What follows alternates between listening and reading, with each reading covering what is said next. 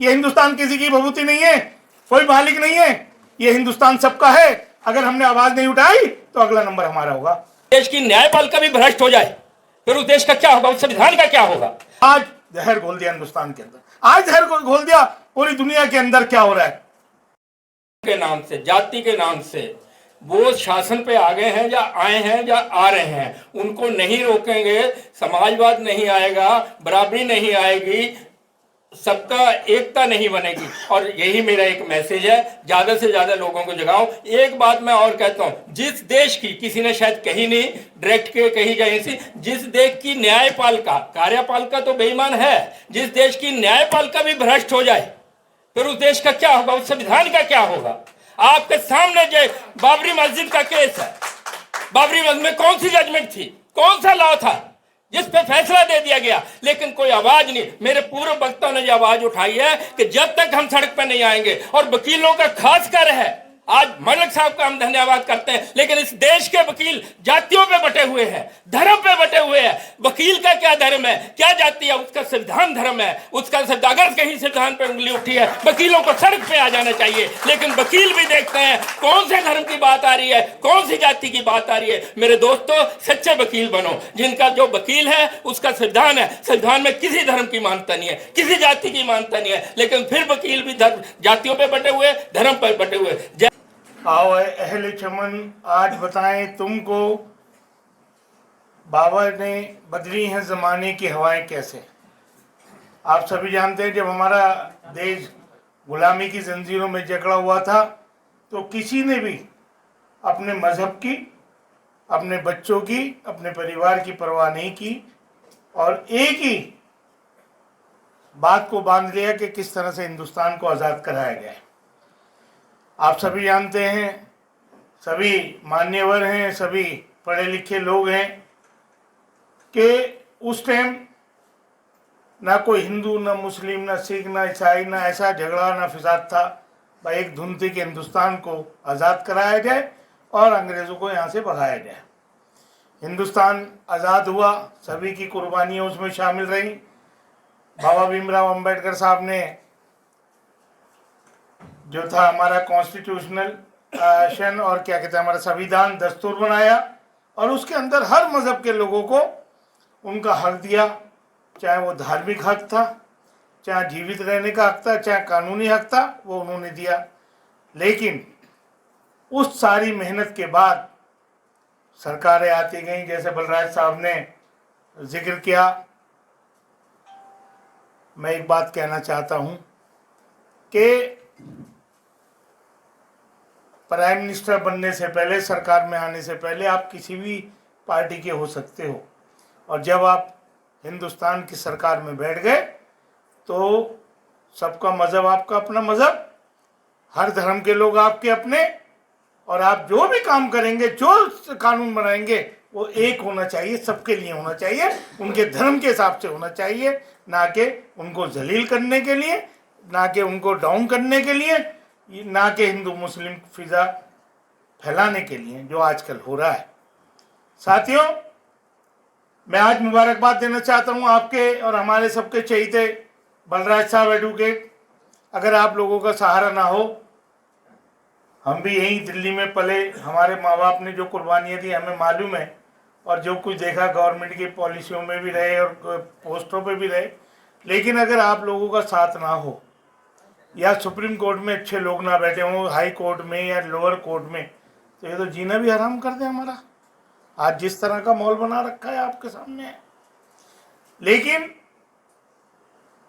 कहते हैं ना कि खामोश मिजाजी तुझे जीने नहीं देगी, इस दौर में जीना है तो कोराम मचा दे।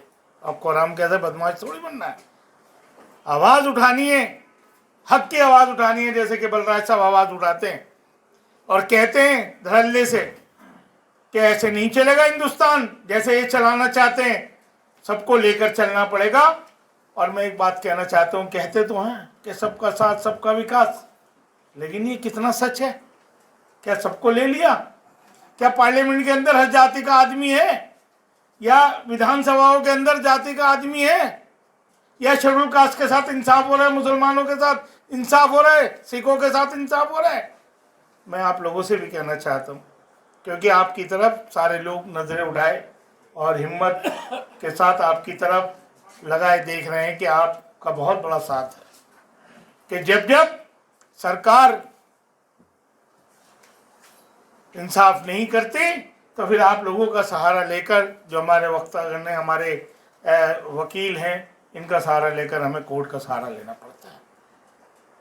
तो मैं यही कहना चाहता हूँ अपने लोगों से भी कि परवरिश जिनकी खौफ के साए में होगी, परवरिश जिनकी खौफ के साए में होगी, अपनी परछाई भी देखेगा तो डर जाएगा। तो क्या करना चाहिए कि मेरे हाथ में कलम है, मुझे क्या ज़रूरत है तलवार और खंजर की। मेरे हाथ में कलम है, मुझे क्या ज़रूरत है तलवार और खंजर की। पढ़ा लिखा हूँ, सलीके से वार करता हूँ, पढ़ा लिखा हूँ, सलीके से वार करता हूँ। जिस तरह आपके कलम की तरफ आज हिंदुस्तान की आवाम नजरें लगाए बैठी हुई है, हिम्मत और आपकी तरफ एक उम्मीदें लगाए बैठी है, मैं भगवान से, खुदा से, वाहेगुरु से ही प्रार्थना करता हूँ कि मालिक आपको और इतनी हिम्मत दे कि आप हमारी सबकी लड़ाई लड़ सकें। और जो भीमराव अंबेडकर साहब ने एक सपना देखा था कि आज़ाद हिंदुस्तान के अंदर ऐसा संविधान, ऐसा दस्तूर, एक ऐसा कॉन्स्टिट्यूशन लाया जाए जिसके साथ चलते हुए हर आदमी को फिक्र ना हो कि उसके बीवी बच्चों के साथ क्या हो रहा है, उसके धर्म के साथ क्या हो रहा है, उसके धर्म स्थलों के साथ क्या हो रहा है।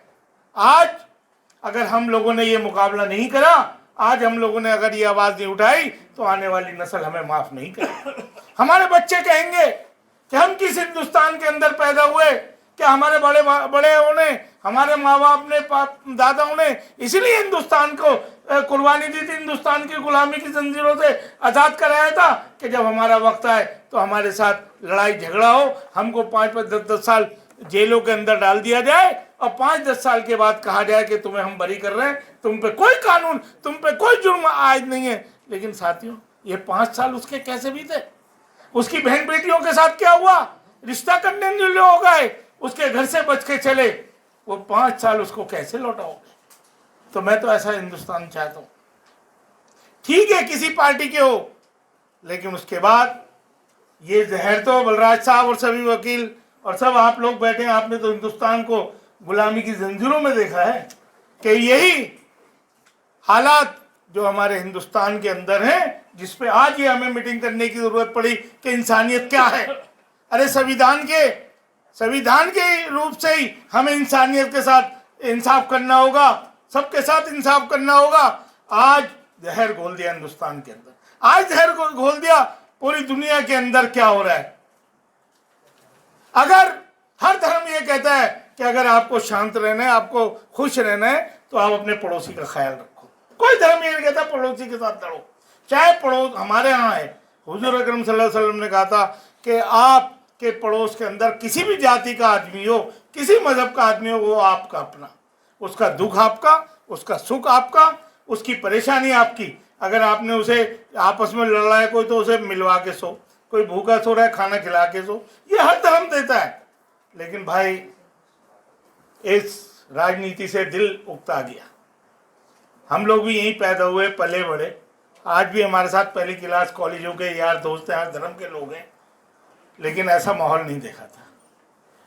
लेकिन ये सब हमारी जिम्मेदारी बनती है। ये हिंदुस्तान किसी की भभूति नहीं है, कोई मालिक नहीं है, ये हिंदुस्तान सबका है। अगर हमने आवाज़ नहीं उठाई तो अगला नंबर हमारा होगा।